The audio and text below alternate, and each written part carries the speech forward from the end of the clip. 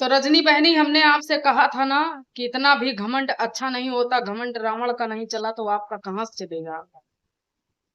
हमने आपको पहले ही ये बातें कही थी कि इतना अपने अच्छे वक्त में मत इतराइए, मत लोगों के साथ बुरा करिए कि आगे चल के आपको दिक्कत हो। हमने कहा था आज के 1 महीना पहले। आज वही नतीजा आपको मिल रहा है। आपने शबनम के साथ क्या किया किसी से छिपा नहीं है, हर कोई जानता है। चलिए, वो आपका पर्सनल मैटर था, हम उसमें ज्यादा कोई टिप्पणी नहीं करेंगे। लेकिन हम इतना जरूर कहना चाहेंगे कि शबनम ने भी खून के आंसू रोए थे आपकी वजह से। आपने इतनी ज्यादा उसकी बेइज्जती बदनामी करवाई थी, इतना ज्यादा कुछ किया था उसके साथ। उसके बावजूद भी शबनम ने ये बातें कही कि चलिए, हमने आपको माफ किया, लेकिन हम आज के बाद आपके यहाँ कभी नहीं आएंगे, ना आपसे हमारा कोई मतलब रहेगा। तभी ये बात आपको समझ लेनी चाहिए थी कि मतलब माफ तो हमको कर दी है, लेकिन यहाँ से माफ नहीं की है, दिल से। और जब तक किसी को लेकर हम ट्रोल करते हैं, किसी को लेकर हम अशब्द भाषाओं का प्रयोग करते हैं, किसी के दुख में हम किसी का मजाक उड़ाते हैं या किसी का उपहास उड़ाते हैं, तो आगे चल के उसकी हमें सजा क्या मिलती है, आप देख रही होंगी और समझ भी बहुत अच्छे से रही होंगी। तो दिल से उसने माफ नहीं किया था, आज शायद उसी का नतीजा है। और काफी लोगों के साथ आपने बुरा किया था। आपने सोचा कि हमारे पास इतनी धन संपत्ति हो गई है कि शायद अब हम कभी बीमार ही नहीं पड़ेंगे।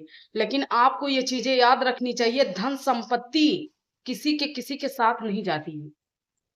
कितना भी धन दौलत भरा हो, लेकिन अगर ऊपर वाले ने आपको ठान लिया है कि आपके कर्म का आपको नतीजा देना है, तो बस देना है। समझ रही हो ना रजनी बहनी मैं क्या कह रही हूँ।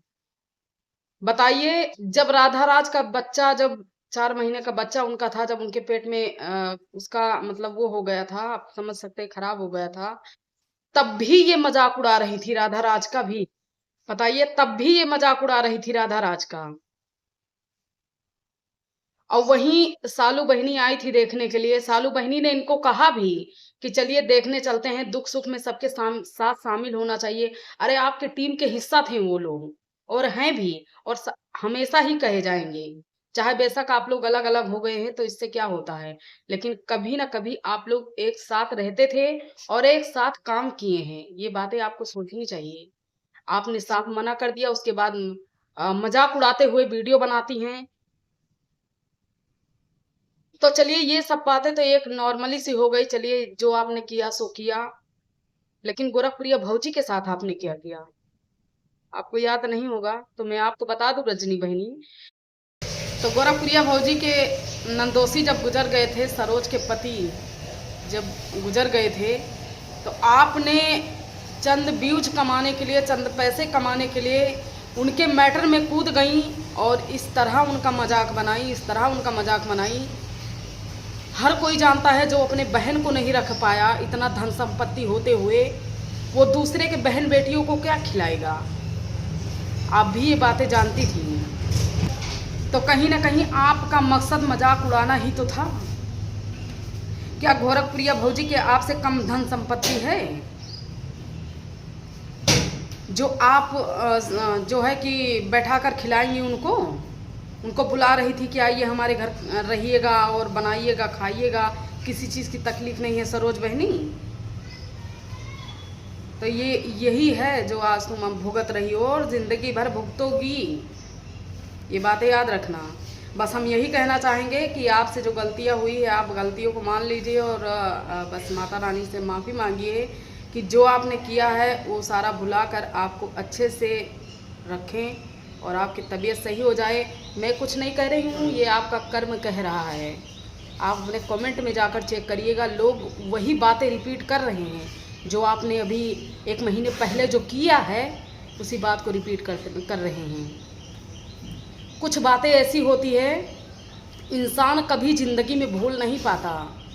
कुछ शब्द ऐसे होते हैं जो इंसान लाख चाहे भी तो भूल नहीं सकता।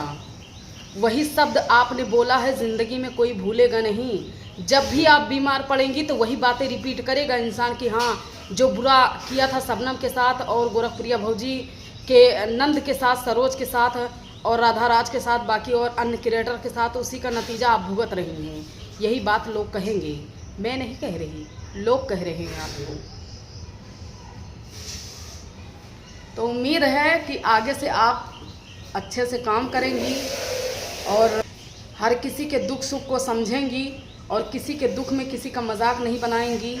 अपनी ज़िंदगी रजनी बहनी, भगवान ने तुम्हें सब कुछ दिया है। ये बातें सोचिए कि भगवान ने तुम्हें सब कुछ दिया है और नहीं जा सकती किसी के दुख सुख में, तो कम से कम उपहास ना उड़ाया करिए, किसी का मजाक ना बनाया करिए। कहते हैं ना, ऊपर वाले की लाठी में आवाज़ नहीं होती, तो आज वही चीज़ें हो रही है।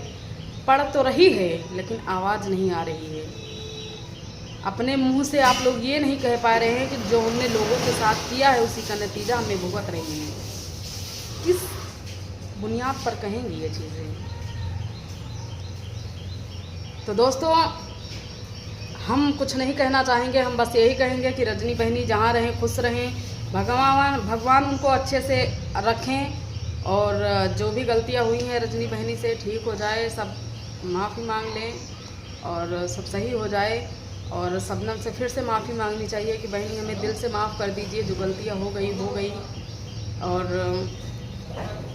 जब शबनम तुम्हारे घर पर आने जाने लगे तब ये चीज़ें समझिएगा कि हाँ, वो तुमको माफ़ कर चुकी है। उससे पहले ये ख्याल कभी अपने मन में मत लाना कि वो तुमको माफ़ कर दी है। तो चलिए दोस्तों, रजनी बहनी बीमार हैं, भगवान से ही दुआ करेंगे कि ठीक हो जाएं। और वीडियो कैसी लगी आप लोग कमेंट करके अपनी राय दे सकते हैं। तो चलिए मिलते हैं फिर किसी नेक्स्ट वीडियो